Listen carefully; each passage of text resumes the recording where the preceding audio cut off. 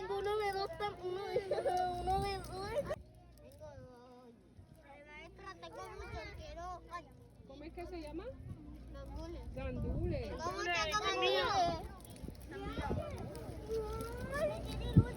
Tengo mucho té, ya me lo...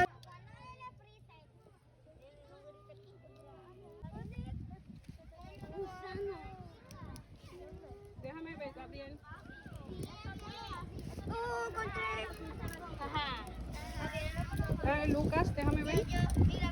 Muy bien. Sí, me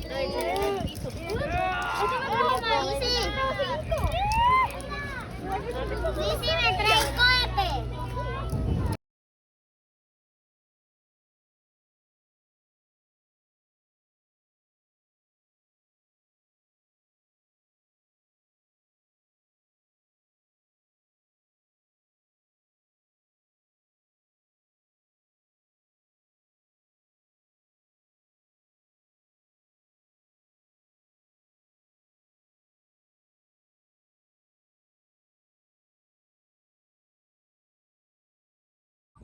¿Hacer qué?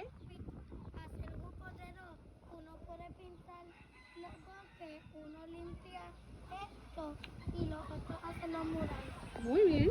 Nos tenemos que dividir el trabajo, ¿verdad?